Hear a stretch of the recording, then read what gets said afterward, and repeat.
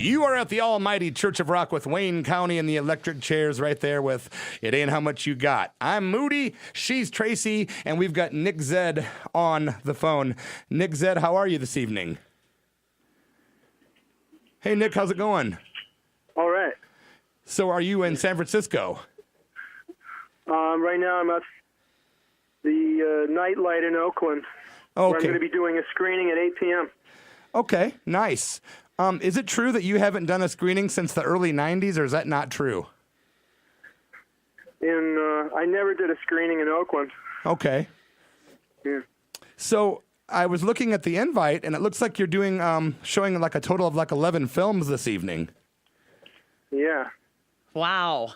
That makes for an interesting evening, right? Yeah. Well, you know, a lot of I've been watching your stuff and checking out your art since the 80s, and you know, Nick brought the cinema of transgression films, you know, to the world in around 1985. Is Lung Leg still around? I think she's doing horror movies somewhere, maybe I don't know where, in the Midwest or someplace. Well, the Midwest is a great place to do horror movies. It's appropriate. She's kind of a recluse. Oh, really? Yeah. So, but she did appear in the movie Blank City, a documentary that came out a few years ago about the cinema of transgression. Really? I didn't know that. Yeah. Also, I was watching your movie Police State not too long ago, and I didn't even know that was your film at the time. Right. What year did that come out? 1987. 87. Yeah. Yeah, I also saw that you online that you toured in the early 90s with Lisa Suckdog. Right, in Europe.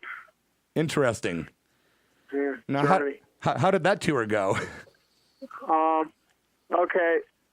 With the guy that was driving us around, he drove very fast, and it was kind of scary because he was kind of a reckless driver, and I always kept thinking, like, are we going to die? You know, but we did survive that tour, and about a month after, he wrecked the car and became paraplegic. He suffered brain damage, so I guess we were lucky. Oh, my gosh. Wow. Wow.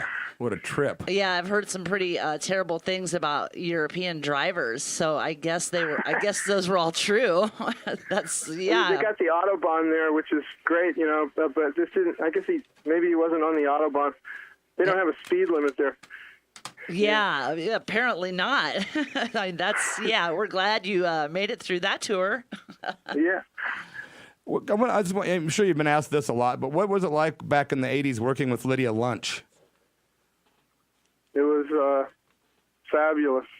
Your voice is going out. I can barely hear you. Oh, is this a little bit better? I mean, kind of muffled. Yeah, sorry about that, man. It's an interesting situation. I'm trying to balance it. All right. I can hear you now. Okay, so she was a pretty interesting person to work with? Yeah. I mean, well, the thing was, we had this brief relationship, and then she went to England. Like, we met in New York, right? And so then I was trying to raise the money to go to London to be with her. And in the meantime, she had already got another boyfriend or something. So when I arrived, I got put in some other place. And but on the way in the airport, I stole a bunch of Super 8 film. Back then, they would sell that in airports. So I had all the Super 8, you know, film stock, and I decided to shoot her. I guess the film is about our breakup, you know, or sort of documenting it. You know? Oh, wow. Well, so you turned it into a creative experience, I guess. Yeah. And the soundtrack was music that she later used in an album called In Limbo. Yeah. She had given me a cassette of without the vocals. So I was able to use that. And then when I returned to New York, I discovered in my mailbox was this a cassette that Lydia had dictated to me as a letter, which when I heard it, I thought this would be great for the soundtrack. You know, that is genius. Yeah, it was sort of like the breakup letter, you know. And Wow. So is that Yeah, like a film that you can actually, like, could we find that film? That's The Wild World of Lydia Lunch, right? Yeah. The Wild World of Okay, yeah, all right. I think it's if you go to the Ubu website, maybe you can see it there. Okay. That noise is like I'm standing in the alley behind the nightclub next to the trash cans, which I guess is appropriate.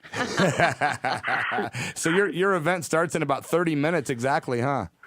Oh yeah, right. Nice, The man. crowds are already forming.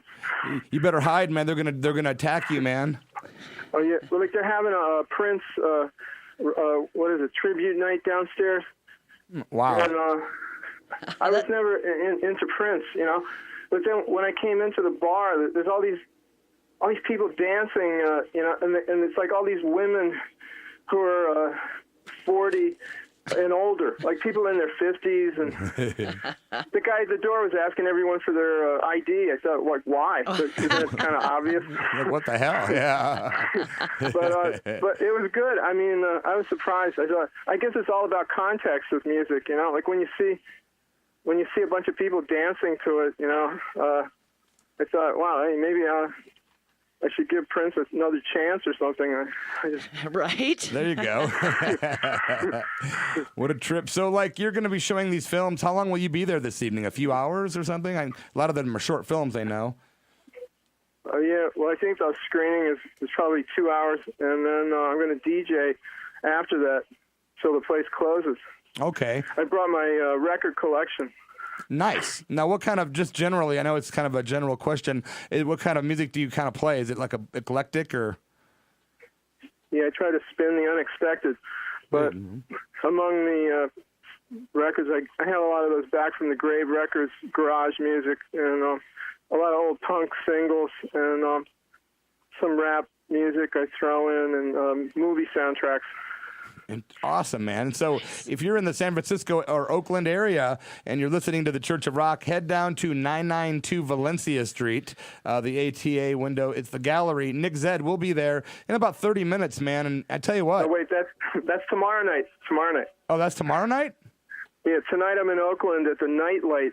Oh, I'm sorry, Nick. Yeah. Okay, tonight is Oakland at the Nightlight, okay? So it's a double. Tomorrow's ATA gallery. Okay, so tomorrow night. Man, I wish we could go to that. We're like 5 hours, and I guess north of you. Maybe we can. You never know. Oh, yeah. That would be sick. It would be a bloody F mess. It certainly could be. Are you still living in Mexico these days, man? Yeah. Are you still living in that building by yourself that everyone moved out of, or no? No, we resisted the landlord for about 8 months after he turned the heat and hot water off and turned all the electricity off and started to destroy the building. But we got a lawyer, and we got the landlord to pay us to leave. So now I'm living in a hotel. So you're in a hotel in Mexico now? Yeah, in Mexico City. Yeah. I mean, where we moved to, I don't really like the neighborhood as much, but it's better for networking and meeting other artists and people that I've been able to collaborate with, like this Spanish singer named Natalia, who calls herself La Bay. I shot about 9 music videos for her.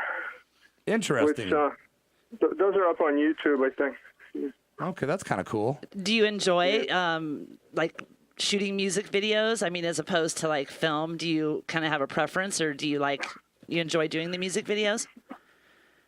Yeah, I mean, with the music videos, it's about the motivation is money. Whereas with the film, it's although actually last summer I was commissioned to make a film by this place called Brooklyn Fireproof in Bushwick, and they flew me out, and I made what turned out to be, I think, my best film, The Death of Muffin Head, which I'm showing tonight and tomorrow. The Death of Muffin Head. I love the title. The music videos are more commercial, but I mean, that's a challenge, you know, because like when you're doing something commercial, you're always trying to put something creative in it or original. It's it's more of a challenge, But I think I prefer making my own films without any restrictions. Sure. Well, it's someone else's artistic vision too. When you're doing, a music right. So video. There's this friction, when you don't see things the same way. Yeah, I can imagine. And you're dealing with musicians, so hey. Amen. And narcissists. But then a lot of my lead actresses have been narcissistic. That's not necessarily a negative thing. It's just part of directing is learning how to manipulate and deal with the people that you're working with. Yeah, that's with show their business. Sensitive egos. Yeah, ego, narcissism, show business is kind of like all go hand in hand. It's kind of a given. Well, awesome, man. It's super cool that you took the time to join us on the show. We'd like to have you on another time and maybe spend a little more time talking about more in-depth stuff with you, man. Yeah, we could talk even from Mexico. And we can talk about the weather. No, I was kidding. Yeah, the weather. What's it like there right now? When do you head home? On Wednesday. Oh, nice. Yeah. There's this big wall that seems to be going up. I don't know. And they're trying to get donations from the Mexicans, but they don't want to pay for it, I guess. Yeah. Oh, boy. Maybe I'll open up this bag of Cheetos as I ponder that statement.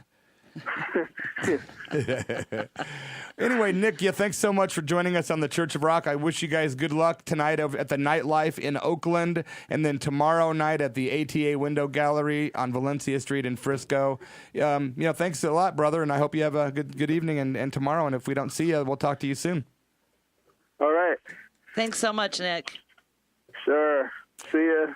Thanks a million, man. Nick Zedd, my friends. Yes. Woohoo! Thank you again, bro. All right. Adios. Adios.